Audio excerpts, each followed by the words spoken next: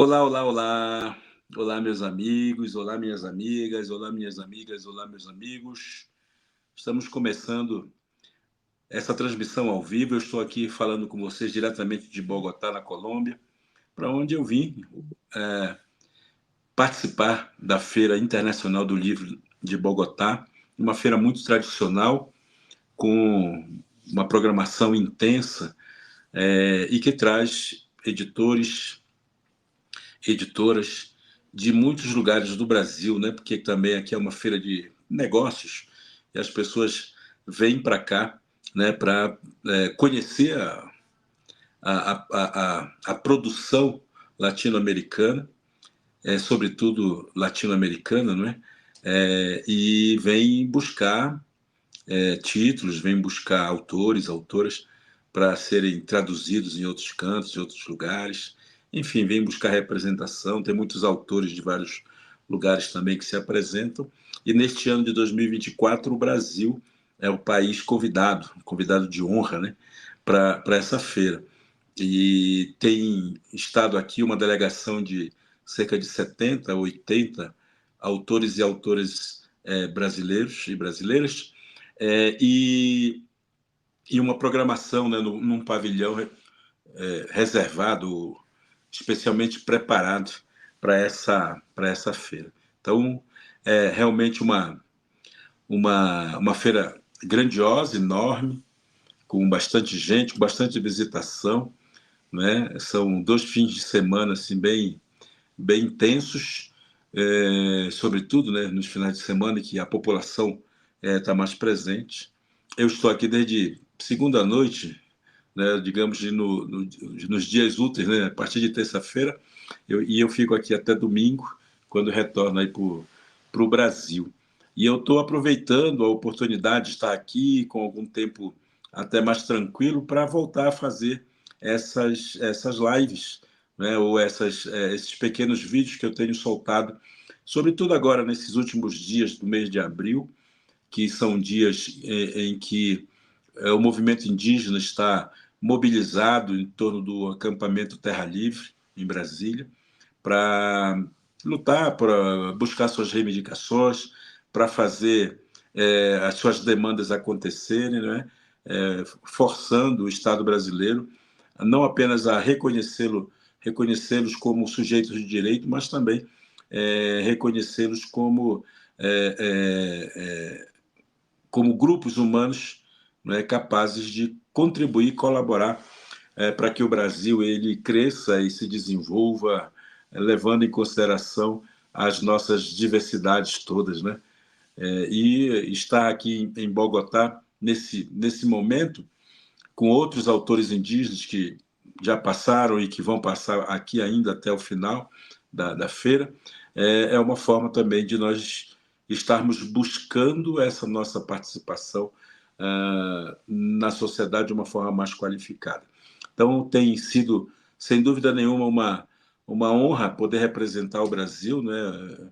E saber que o Brasil está, mais uma vez, no centro das atenções, dessa vez de uma forma muito positiva, de uma forma muito propositiva, né, para que as pessoas possam, de fato, olhar para o nosso país, o mundo possa olhar para o nosso país da forma que a gente merece ser olhado, né? E, sobretudo, as populações indígenas. Daí a importância de a gente bater esse papo hoje. Eu convidei vocês para estarem aqui comigo nessa prosa, e eu mando um abraço para o pessoal que está me seguindo aqui pelo YouTube, mas também os que estão aí no Facebook e até mesmo no X, né, no antigo Twitter. A transmissão também está acontecendo nessas 3 plataformas. Eu fiz questão de colocar para que todo mundo possa, de fato, participar com a gente. E já deixe seus comentários, deixe suas perguntas, porque o tema que nós vamos abordar hoje é o movimento indígena, a história, a gênese do movimento indígena, para que a gente conheça minimamente e entenda minimamente como tem sido a movimentação, né, do movimento, a movimentação do movimento institucional, né, o surgimento institucional do movimento, e como ele tem conquistado algumas vitórias e como tem também sofrido algumas derrotas ao longo da sua trajetória, né? Mas e olhando um pouco para esse passado que é relativamente recente, a gente pode também interpretar melhor o que está acontecendo hoje e visualizar, quem sabe, o que pode vir a acontecer depois. Então, deixem aqui os comentários de vocês, as perguntas sobre o tema, porque é disso que a gente vai tratar, tá bom? Bem-vindo, bem-vindas todos vocês. Espero que estejam me ouvindo bem, porque eu estou fazendo essa transmissão, claro, eu não consigo saber se as coisas estão funcionando. Eu penso que sim, né? Não há motivo para não estar funcionando. Ontem eu já fiz um pouco essa entrada ao vivo e deu super certo. Então eu penso que hoje também, nas várias plataformas, esteja tudo rolando da melhor maneira possível. Maravilha? E eu queria começar, então, a nossa conversa lendo uma crônica do livro Das Coisas que Aprendi, um dos meus livros que eu considero muito potente, né? Muito reflexivo, mas também ele descortina um pouco o pensar dos povos indígenas. Nele não está a verdade absoluta, vocês sabem que eu não sou um partidário de verdades absolutas. Eu sei que há muitas visões diferentes de mundo. Só no Brasil são 305 maneiras, né, pensando nos povos indígenas, e no mundo inteiro são centenas, talvez milhares de olhares para o mundo e, portanto, de respostas possíveis. E todas elas, penso eu, corretas e todas elas equivocadas. Então, na junção das verdades de uma e de outra, a gente consegue inferir, retirar alguma coisa que nos seja útil para a gente se tornar cada vez mais humanos, não é verdade? Então, é um livro reflexivo nesse sentido, ele não é onde se contém, se mantém a verdade absoluta, mas ajuda a gente a refletir um pouco, e eu gostaria muito de ler para vocês uma crônica, antes de começar a nossa conversa, a nossa prosa, uma crônica que se intitula Inspire Alguém. E diz assim: não sei se alguma vez você já parou para pensar que a vida que vive pode ser interessante para outras pessoas. Que seu jeito de olhar o mundo, observar a natureza, caminhar na praça ou simplesmente bocejar pode servir para criar uma aura ao seu redor. Pode até parecer bobagem, mas o que você é sempre tem repercussão na realidade em que se move. Seus movimentos são sempre observados por quem o olha. Você pode até não ter intenção de chamar atenção, assim como não há nenhum tipo de encantamento ao seu redor, mas é certo, tudo em você emana energia e tem endereço certo. Deixo claro que nunca fui de dar bola para conversa esotérica e não tenho poderes mágicos para compartilhar com quem quer que seja. Mas, como já disse antes, sou apreciador da beleza e pude comprovar que ela não tem forma nem cor, não é boa nem ruim. Ela é apenas algo envolvido pelo olhar de quem o admira. Assim, seu olhar de admirador transforma o que está ao seu redor. Se o que você tem dentro de si é alegria, partilha, compaixão, esperança, fatalmente enxergará as coisas com esses mesmos sentimentos. O contrário acontece na mesma proporção. Se você tem medo ou sentimentos ruins, acabará descobrindo que o mundo também é assim e alimentará sua vida com os mesmos sentimentos. E tudo aparecerá para você com as cores do medo, da raiva, da intolerância, da descrença e do desamor. Quando menino, vivendo em um lugar onde energia elétrica só chegaria muitos anos mais tarde, tive de adaptar meus olhos para enxergar na escuridão, nas noites sem lua. Aprendi que é preciso dar um passo de cada vez, tateando o desconhecido, o invisível, para chegar a algum lugar. Olhar e enxergar no escuro são frutos de um exercício que passa pelo enfrentamento dos medos que habitam nosso interior. Dar um passo por vez é construir um caminho seguro.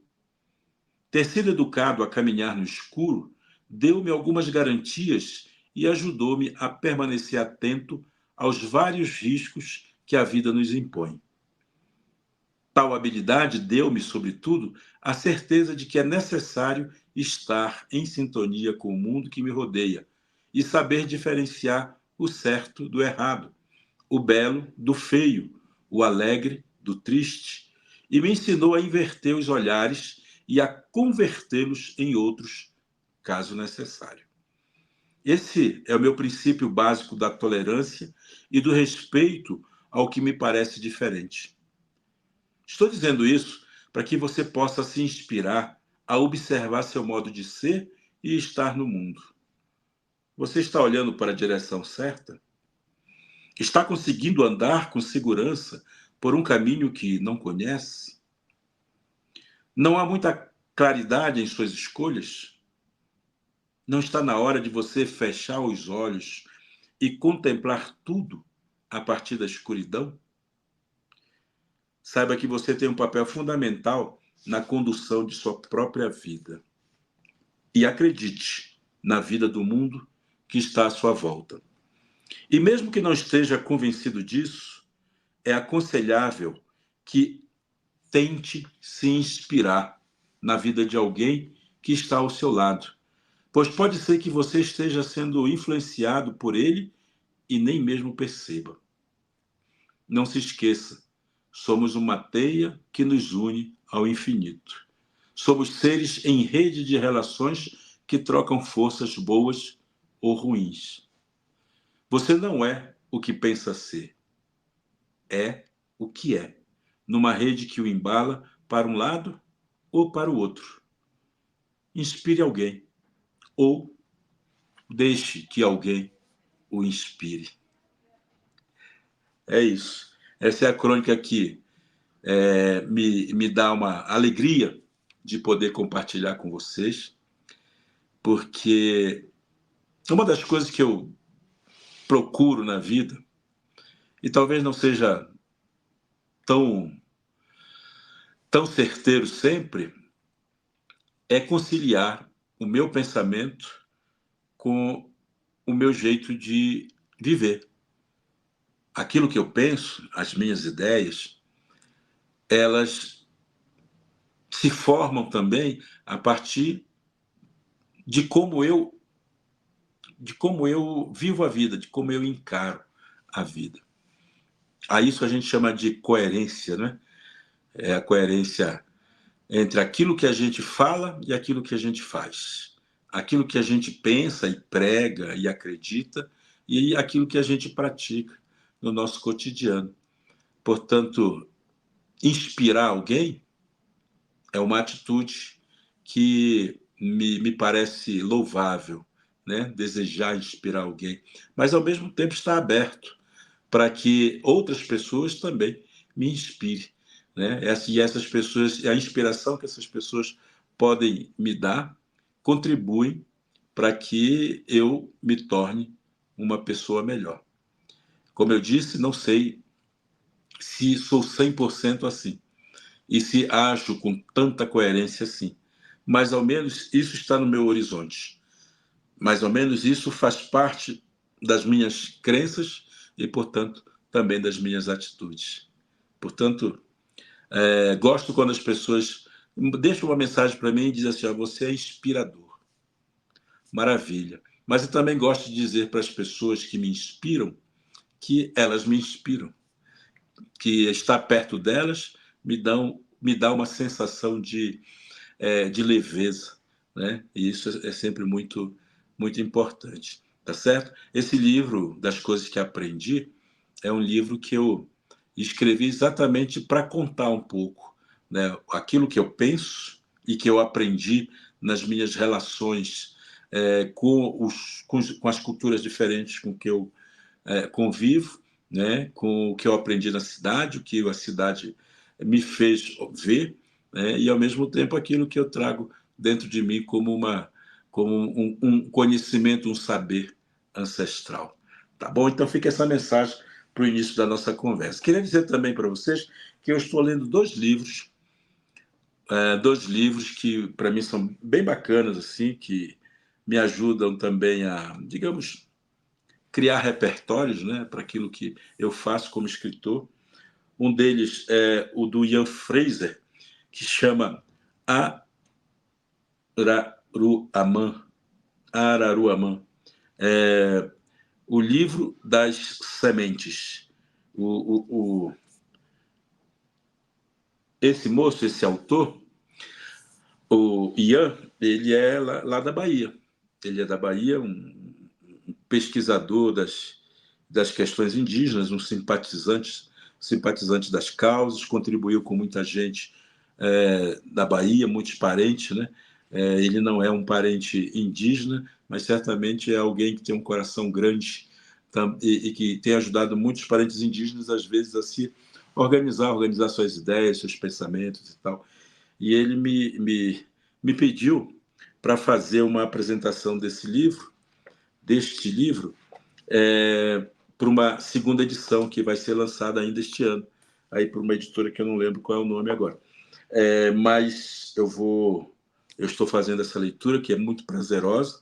Eu já havia lido anteriormente, mas agora estou lendo com essa função, né, de criar uma apresentação a esse livro, que é um trama muito interessante, que vale a pena vocês conhecerem também. Fiquem atentos quando ele lançar a segunda edição, que vem com algumas modificações na narrativa, e vem também com a minha apresentação.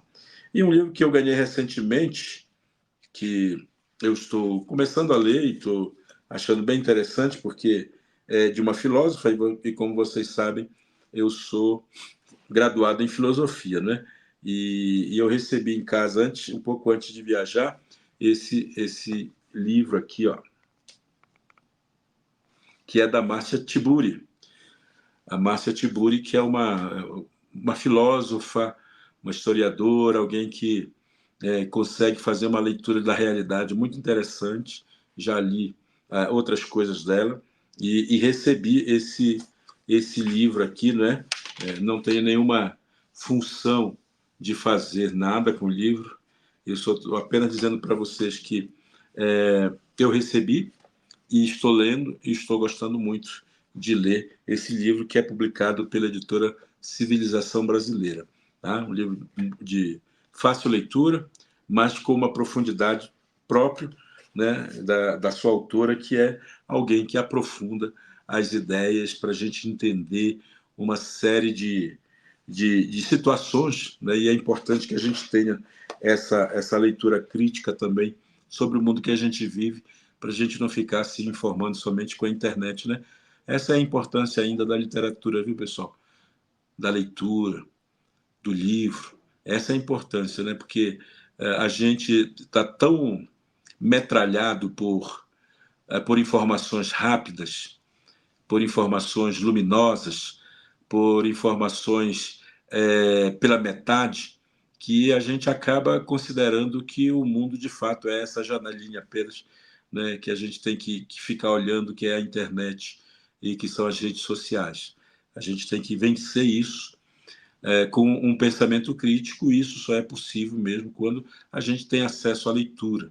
Por isso também a grande briga de quem acredita na leitura e na literatura de fazer com que os programas de leitura eles sejam valorizados, que as bibliotecas sejam valorizadas, que se remodele as bibliotecas, é verdade, que se crie novas linguagens, é verdade, mas que o livro, a leitura, a literatura, a reflexão crítica, ela não nos abandone, né? Que a gente não abandone essas outras plataformas que são capazes de criar um olhar crítico, uma visão crítica na nossa cabeça. Quando a gente cria, então, essa base de reflexão, de criticidade, a gente tem elementos suficientes para a gente não se deixar engabelar pelo encanto da sereia, né? De um lado ou de outro. Né? A gente vai sempre tendo uma postura crítica para não se deixar absorver, né, pelas migalhas que muitas vezes caem da mesa dos ricos para alimentar os pobres, mas os pobres às vezes estão tão sem nada, tão sem migalhas, que quando alguém joga uma migalha e a gente pensa que o Salvador chegou.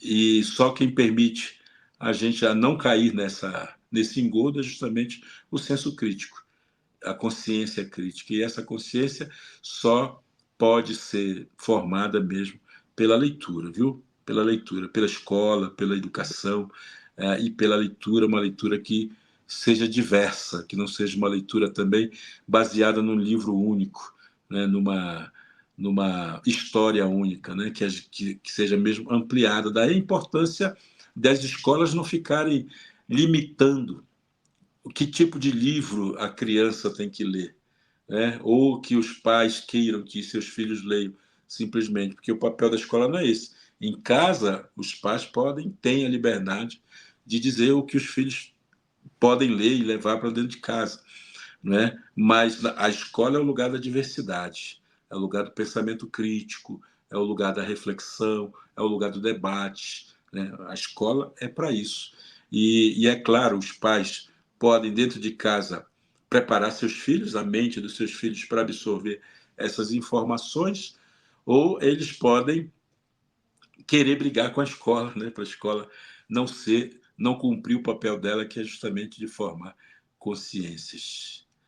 Eu sei que eu estou fugindo um pouco do nosso tema, mas é importante lembrar isso, porque vocês que estão aqui comigo, me acompanhando, né, seguindo essa minha reflexão, estão aqui porque sabem que eu tenho uma postura muito crítica, que eu tenho uma postura do observador da realidade, né, de observador da realidade. Portanto, não estou aqui para defender censura, né, pelo contrário, estou aqui para dizer que nós precisamos ter uma mente aberta para absorver o que há de bom nas coisas boas, mas ao mesmo tempo a gente ser capazes de criar um crivo, uma medida para que as coisas ruins também não sejam tão nocivas à nossa formação. Então, essa consciência crítica, ela é fundamental para que as crianças e jovens saibam o seu lugar no mundo e saibam escolher esse lugar. Beleza? Beleza, que bom. Bom, hoje, vocês sabem, é dia 26 de abril. Eu gosto sempre de lembrar a data porque é, eu gosto também de não permitir que vocês esqueçam que hoje é um dia único, hoje é um dia importante, hoje é um dia especial, independente das suas demandas e das suas dificuldades. Esse dia, 26 de abril de 2024, ele só vai acontecer uma única vez na nossa trajetória. Portanto, ter isso em mente ajuda a gente também a ter uma postura diferente dentro da sociedade, dentro da realidade que a gente vive, da compreensão dos desafios que a gente tem que enfrentar e, sobretudo, não ficar jogando para amanhã o nosso comprometimento com o lugar que a gente vive, né?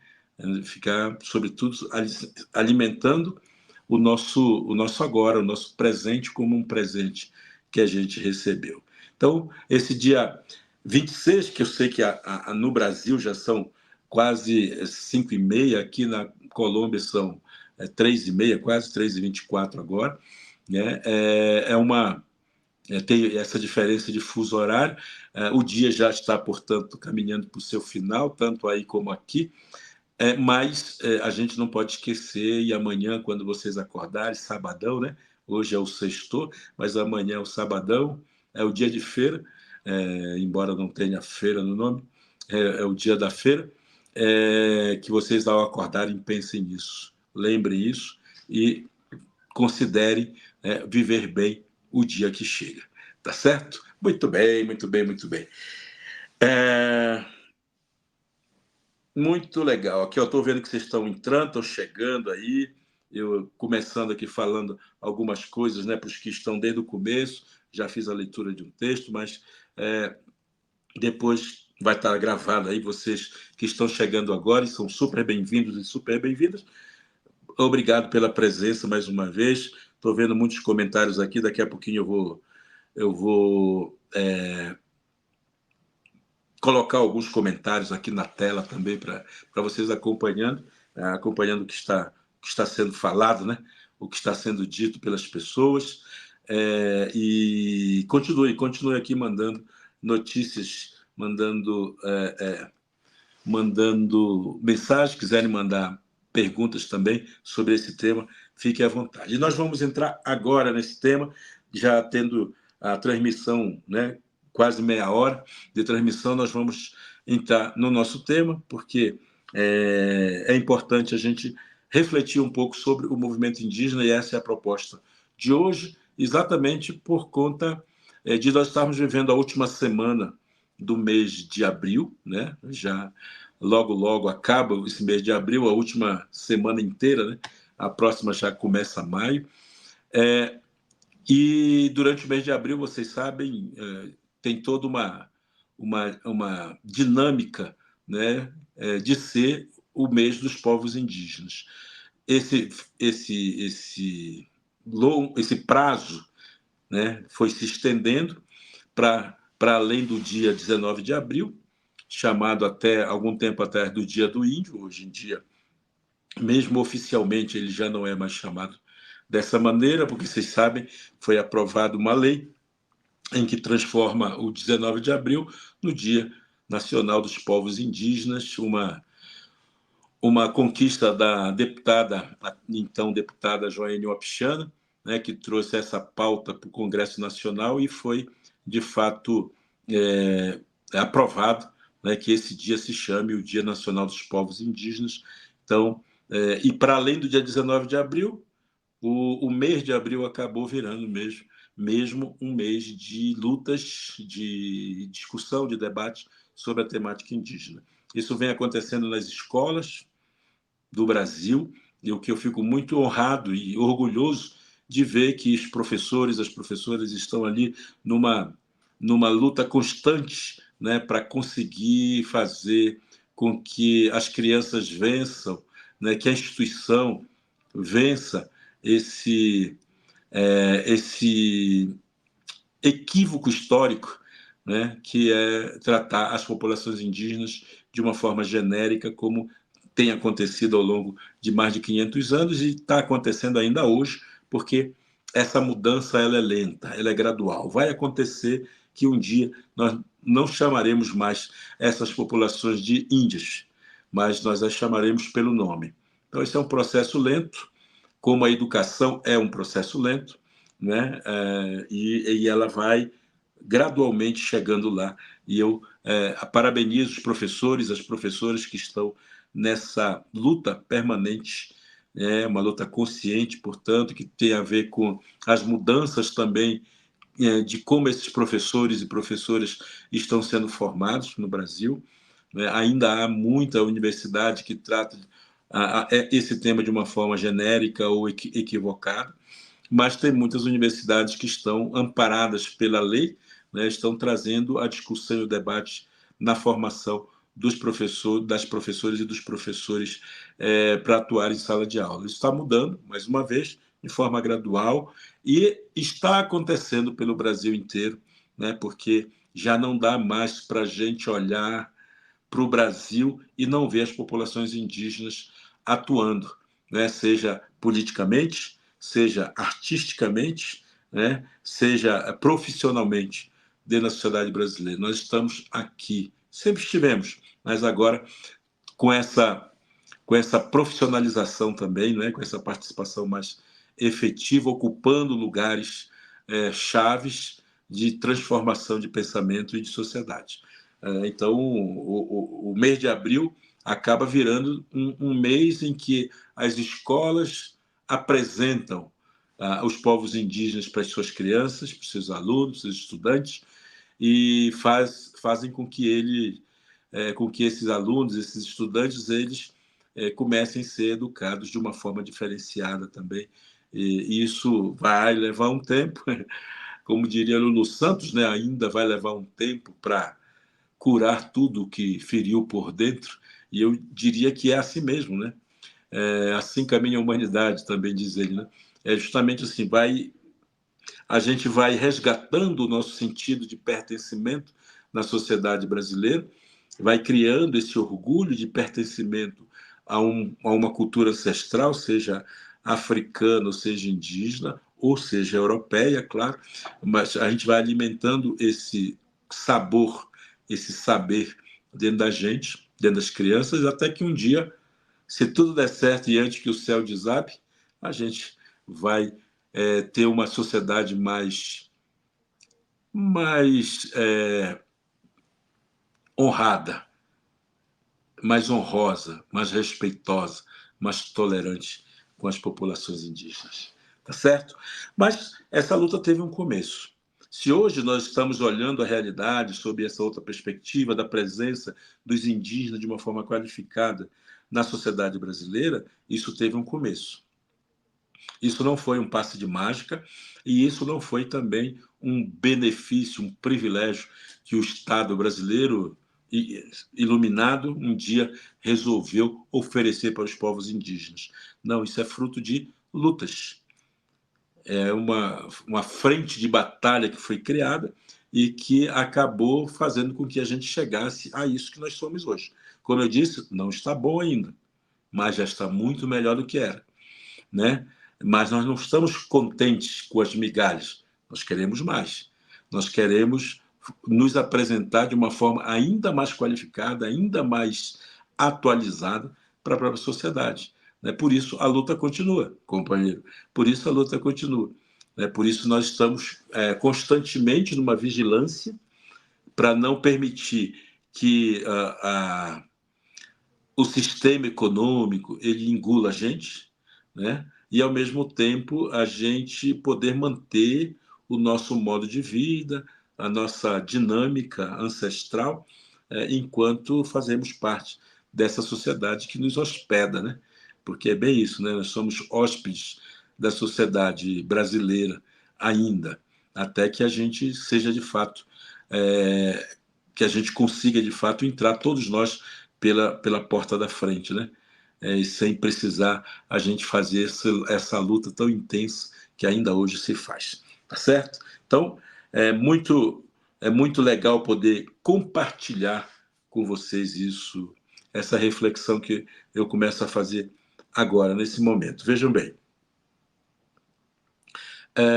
o movimento indígena, ele, historicamente, ele começa a se organizar a partir dos anos 1970,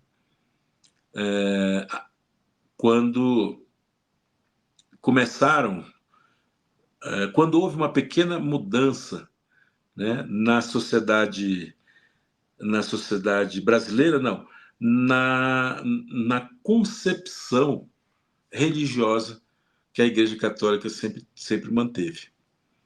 Essa mudança começa nos anos 60, quando a Igreja faz uma reflexão, chama seus bispos para uma conversa e ali entende, nessa reflexão, entende que o mundo ele está em mudança e que a igreja precisa mudar também. A partir disso, nesse concílio, né, que chama Vaticano II, esses bispos acabaram, né, entendendo que era necessário que a igreja estivesse mais junto da sua população, junto dos seus fiéis, junto do seu povo, etc, etc, etc. Essas mudanças elas começaram a acontecer na América Latina de uma forma muito mais intensa, porque a América Latina sempre foi considerada assim o quintal do mundo, né? O quintal em que as pessoas, em que os outros os países colonizadores, grandes países, o primeiro mundo assim chamado, eles exploravam, né, e criavam aqui disputas internas.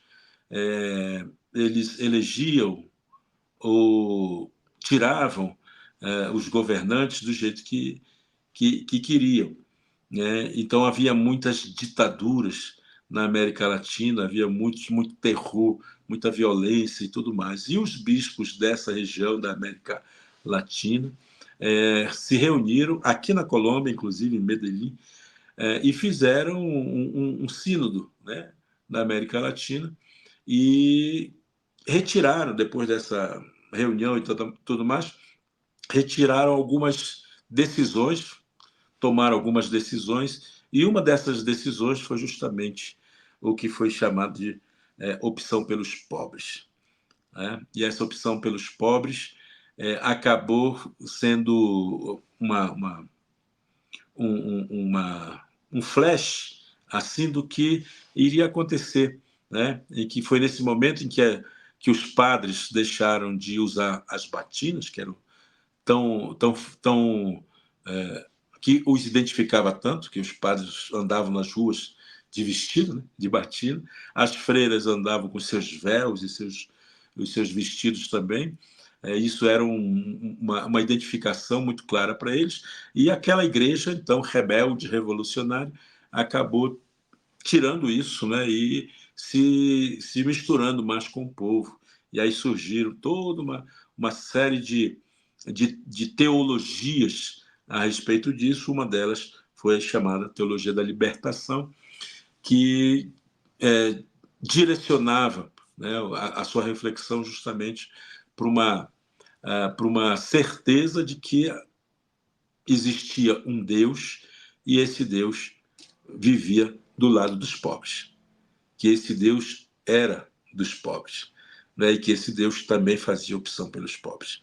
E isso fazia com que a igreja tomasse uma nova consciência, né? Essa igreja da América Latina, e os bispos, os cardeais, os sacerdotes, as freiras começaram a se misturar mais com o povo, criando uma consciência social, né? E aqui foi fundada as chamadas comunidades eclesiais de base, que eram umas espécies de células dentro das igrejas ou dentro das comunidades, que não apenas faziam os cultos ou as missas como antigamente se fazia, mas se fazia também uma leitura, né, da realidade, se fazia uma reflexão sobre o que estava acontecendo e como isso influenciava no bem-estar, no bem-viver ou no mal-viver, né, das pessoas, né?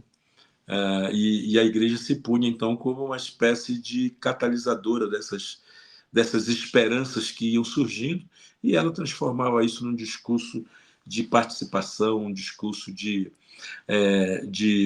revolução na vida das pessoas. Essas comunidades eclesiais de bases foram fundamentais justamente porque elas não tinham necessariamente, elas não eram coordenadas necessariamente por sacerdotes ou por freiras, mas eram coordenadas pelos leigos.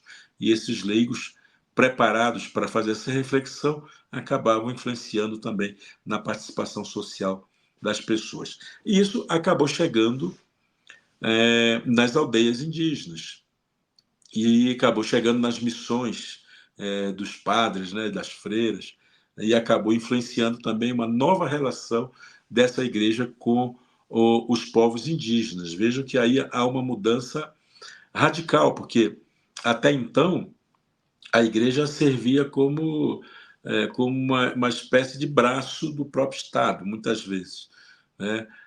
A partir daí houve mesmo uma ruptura, né, dessa relação, e muitos padres passaram a tomar partido a partir dos interesses das populações mais afetadas, mais atingidas. E uma delas era, sem dúvida nenhuma, as populações indígenas que sequer se conheciam. Vejam que até 1970,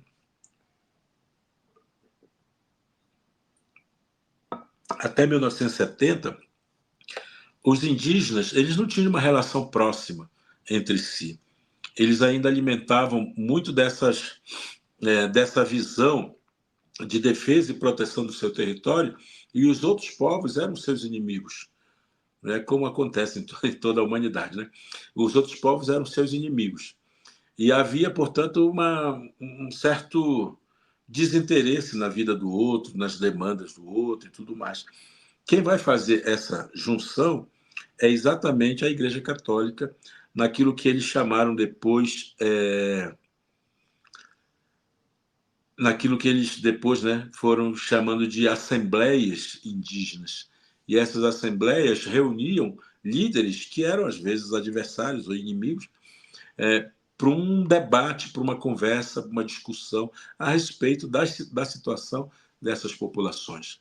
E elas foram acontecendo ao longo dos anos 70, e foi justamente essas assembleias que deu ao povo indígena uma visão de que a demanda deles era muito parecidas umas com as outras. Mas como eles não dialogavam entre si, não se conheciam muito bem, a cada um acabava lutando pelos seus próprios interesses. E aí, a partir desse momento em que se podia ouvir, né, as lideranças, umas podiam ouvir as outras, elas foram percebendo que as demandas eram muito parecidas. Portanto, se elas se juntassem para cobrar do governo soluções para essas demandas, eles seriam muito mais, certamente, facilmente atendidos. E isso começou a acontecer uma vez, duas vezes, três vezes, até que esses primeiros líderes, né, foram trazendo outros jovens para esses debates, e de tudo aquilo que circundava as populações indígenas, já começava a ter um outro tipo de reflexão. Vale lembrar que 1970 é o auge, né, 69, 70, 71, é o auge do regime militar no Brasil. Os militares estavam mandando as crianças indígenas para a escola para serem integradas à sociedade brasileira. Lembre que a política do Estado brasileiro nessa ocasião era o chamado integracionismo, que consistia justamente em fazer com que os indígenas participassem do mundo do branco, mas aos pouquinhos fossem deixando de ser indígenas e passassem a ser brasileiros. A FUNAI foi criada em 1967 exatamente com esse objetivo de acelerar a integração do indígena na sociedade brasileira e fazer com que eles pudessem ter um registro, um CPF, né, uma identidade que os colocasse no mercado de trabalho. A FUNAI foi desenvolvendo uma série de projetos econômicos dentro das aldeias para formar mão de obra para ir para a cidade e trabalhar. E as crianças eram mandadas para as escolas profissionalizantes também com o mesmo objetivo. Então, havia ali uma luta muito, muito clara, que era um desmantelamento de uma organização social que os indígenas traziam consigo, e esse desmantelamento aconteceria pelo governo, por força do poder do Estado, e, por outro lado, uma defesa, uma proteção que os indígenas faziam de si mesmos, tentando justamente manter o seu modo de vida, não permitir que fosse tudo degringolado de uma maneira tão perversa que não sobrasse nada, não sobrasse pedra sobre pedra, né? E isso, quando o indígena tomou consciência dessa realidade, que ele pôde ler a realidade tal como ela se apresentava e o papel que os militares estavam tendo ali no desmantelamento das culturas, houve um primeiro impulso justamente de organizar um movimento para fazer frente a essa política de integração, né, que os militares estavam desenvolvendo. Tá? É claro que não dá tempo aqui da gente ficar falando de todas essas políticas, o que a FUNAI foi fazendo, o que ela como é que ela interferia dentro das comunidades, que tipo de atividade econômica ela colocava dentro das comunidades, não é? Mas vale lembrar que nessa época se foi inventando que os indígenas tinham que plantar nas suas terras, plantar milho, plantar arroz, plantar outras iguarias, né, digamos, para depois vender para os não indígenas. Então, criando uma ideia entre os indígenas, que era a ideia de economia de acordo com o interesse do mercado. Né? Ou seja, isso faria também com que o indígena se sentisse, digamos, útil dentro da sociedade brasileira, porque aos pouquinhos ele ia usando cada vez mais sua terra para poder explorar essa terra, explorar economicamente, etc. e tal, né? Como a gente sabe que é até hoje. Então, esse foi o primeiro caminho ali que a FUNAI seguiu adiante e havia, por outro lado, uma contraofensiva dos indígenas, que era justamente através do movimento político organizado.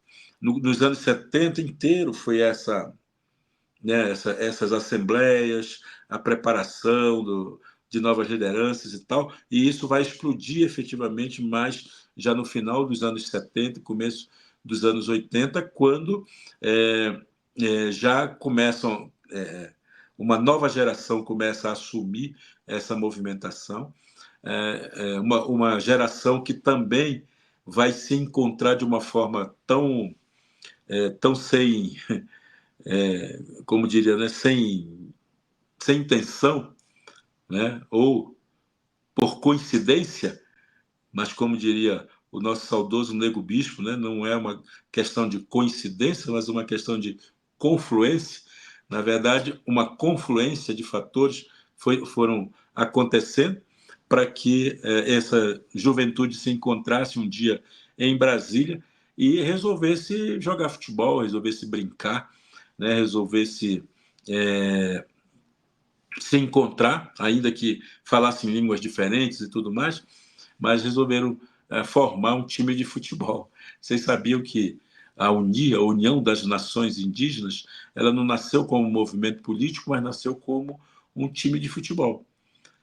Aos finais de semana, os estudantes indígenas que estavam em Brasília se reuniam para jogar bola, eram todos rapazes, porque naquela época eram os rapazes que iam mesmo para as escolas, para as cidades, e eles se encontravam para jogar futebol, e depois que o futebol acabava, como acontece até hoje em muitos lugares, né, os rapazes ficavam conversando, bebericando, enfim, e foram se conhecendo, foram descobrindo o que cada um tinha de semelhante, de parecido, de diferentes e tal, ou foram descobrindo as demandas que cada um deles traziam de suas comunidades e tudo mais, até que resolveram, para além de ser um clube de futebol, de ser um time de futebol, a gente não, né? Eles transformaram isso num movimento político também.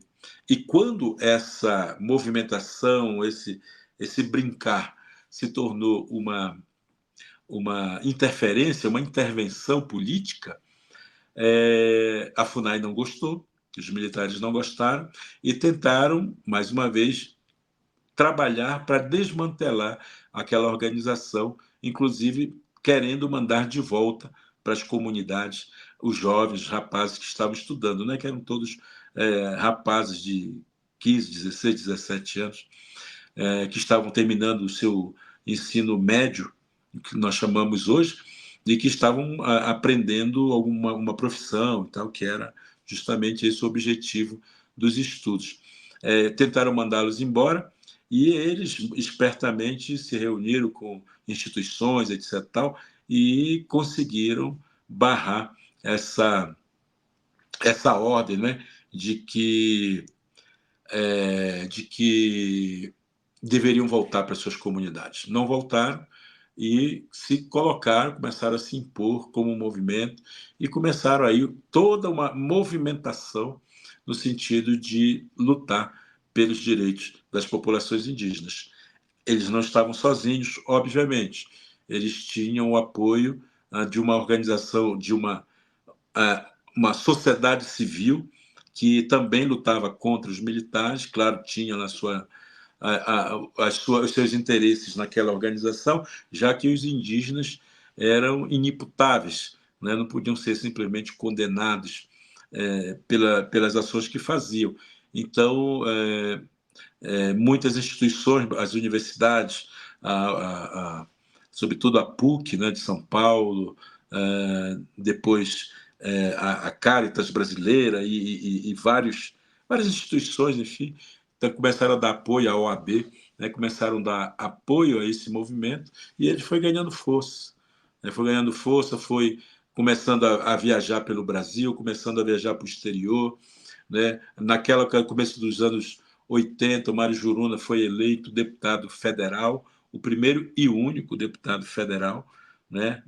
E aqui eu estou falando do sexo masculino, obviamente hoje nós temos pelo menos 4 reconhecidas deputadas federais, mas o Mário Juruna continua sendo o único homem indígena a ser eleito, e o Mário Juruna, com a sua inexperiência até política, foi uma voz importante dentro do Congresso Nacional e também na organização desse movimento. Então, nós estamos falando de um momento, né, do nascimento até o final dos anos 70, depois do começo dos anos 80, até 86, mais ou menos, que o Mário Juruna foi eleito. Depois ele tentou se reeleger e se tornar um constituinte, não conseguiu. E depois disso também não conseguiu mais nenhuma vitória assim no mundo da política institucional. Mas ele foi muito importante porque acabou virando um grande representante da política nacional e um grande representante do movimento indígena nascente naquela ocasião, ou que estava se fortalecendo, né? Então, naquela primeira leva de jovens, né, que tinha o Álvaro Tucano, tinha a Eliane Potiguara, que tinha Marcos Terena, Jorge Terena, enfim, né, Paulinho Paiacã, que entra um pouquinho depois, enfim, vão surgindo ali, né, uma voz que vai se organizando até que houve ali em 84 o regime militar acaba e começa uma movimentação para a formação de uma Assembleia Constituinte que vai ser responsável pela elaboração da nova Constituição. Como eu disse, o Mário Juruna tentou, não conseguiu, né, mas havia muitas pessoas que estavam militando ao lado da causa indígena, a própria Igreja Católica, nas suas várias manifestações, e naquilo que era interessante para os povos indígenas também, ela emprestava a sua voz para que os indígenas pudessem se manifestar. Então, foi num crescendo, veio uma segunda geração já de lideranças, né, que vai culminar depois com e aí teve toda uma movimentação, né, no sentido de chamar a sociedade brasileira para a defesa dos direitos indígenas até ali, uma mobilização enorme no Brasil inteiro. Naquela ocasião tinha que fazer campanhas de assinaturas e se fazia montanhas de papel para levar para o Congresso Nacional para dizer, né, da demanda dos povos indígenas. E isso foi acontecendo de uma forma tão importante, tão peculiar, que foi dando certo até o Congresso Nacional, de fato, aprovar, né, os 2 capítulos que têm a ver diretamente com os interesses dos povos indígenas até aquele momento. Então, esse movimento indígena, que não era institucionalizado, porque vocês sabem que até 88 os indígenas não podiam ter CNPJ, não podia sequer ter CPF, né? E o movimento indígena não era um movimento institucional, ele não foi criado inicialmente para se tornar uma instituição. Ele era um lugar, era um momento um lugar, um espaço, ainda que não fosse um espaço físico, ele era um espaço, um território de manifestação, né? Assim como hoje tem o ATL, que também é esse território, não tem um espaço para o ATL, né? Todo espaço todo território é um território de luta, assim como só que hoje já está institucionalizado. Mas isso é um outro ponto da nossa conversa. O que nós temos hoje é justamente um resultado disso tudo, que daqui a pouquinho eu falo com vocês a respeito disso. Mas o que vale a pena lembrar nessa ocasião é justamente que tem toda uma galera, rapazes e moças, que vão se dedicar bravamente para a construção desses direitos que depois estariam consagrados na Constituição brasileira e que ainda hoje é a garantia, inclusive, das lutas de sobrevivência dos povos indígenas. Então, esse movimento indígena ele ganha força nos anos 80, explode em 88, quando assim explode no sentido de que chega ao seu auge em 88 com a aprovação da Constituição, e depois de 88, né, esse movimento que não era institucional acaba virando não mais um movimento nacional, como era, mas ele acaba virando movimentos regionais. E o movimento indígena acaba, de uma certa forma, por um bom tempo, sem uma representação nacional enquanto movimento indígena. Ela vai se organizar depois, né? Hoje nós temos a PIB, que ela foi sendo criada depois dos anos 90 e que hoje tem essa força maior, mas ela é fruto justamente dessas regionalizações do movimento indígena, né? É a COIAB de um lado, a Arpim Sul de outro lado, enfim, vão criando em vários lugares do Brasil esses movimentos todos, que vai depois criando uma espécie de confederação, né?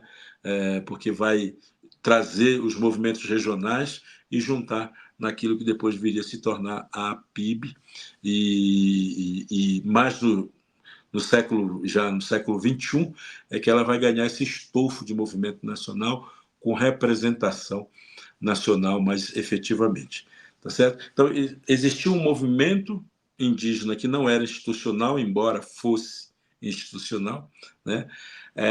Que foi como me ocorreu agora isso, né? Foi como um Big Bang, né? Foi como a explosão do universo, né? Porque nasceu pequenininho, né? Foi concentrando, concentrando, concentrando, daqui a pouco explodiu, puff, e explodiu exatamente quando se projeta no mundo da Constituição, criando os direitos indígenas. E essa explosão ela ganha uma dimensão regional, ela vai ganhando outros universos, né? É como mesmo assim aqui, eu estou pensando agora nisso, viu? Eu nunca tinha feito essa alegoria, né? De que é basicamente isso, né? A explosão, o Big Bang, se é que ele existiu mesmo, né? Se é que a Terra é redonda mesmo, mas o Big Bang ele vai e depois vai criando os outros mundos, né? Os outros universos, os outros planetas que a gente acredita que exista por aí, por esse cosmos todo. Mas, para além disso, é importante a gente pensar que esses mundos que vão sendo criados ali, né, regionalmente, depois normalmente se juntam, criando assim um movimento nacional com essa evidência que tem hoje, né, e que vai gerando novas perspectivas, novas esperanças, o novo esperançar também para as sociedades, para a sociedade brasileira e para as comunidades indígenas como um todo, ganhando assim essa força, né, esse direito que hoje vai representando, né, na vida das pessoas um certo esperançar, digamos assim. Tá certo? Então, fiquem com essa imagem, né, do Big Bang, da grande explosão, para ficar claro que houve todo um processo de, de concentração que vai explodir num determinado momento. E tudo que nós vivemos hoje, né, essa visibilização que existe da questão indígena no Brasil e fora do Brasil, tem a ver com esse primeiro momento lá atrás. Por isso eu costumo sempre dizer para os parentes indígenas, repito aqui para vocês que são indígenas e não indígenas que estão aqui, a importância de a gente reverenciar os nossos primeiros, né, os nossos primeiros líderes que foram os criadores do movimento indígena, né? A importância de reverenciar o, o nosso ainda hoje Raoni, né, que está aí presente, velhinho e tal, mas muito lúcido e atuante, né? Reverenciar aqueles que morreram ao longo da batalha, entre eles o Daniel Cabixia, do povo Pareci, que foi um grande lutador também, né? Mais para frente teve a presença do Paulinho Paiacã, que também nos deixou durante a pandemia, e que foi um grande lutador.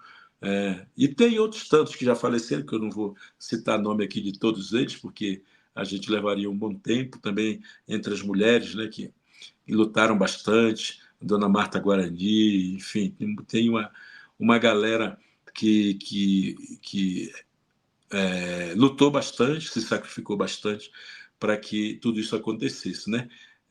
Então, a necessidade da gente reverenciar os primeiros, os que estão vivos e os que já nos deixaram, foram para outros planos, ou como dizem sempre, ancestralizaram, não é? A importância da gente olhar sempre para trás, para mergulhar nessa, nesse rio da memória, né?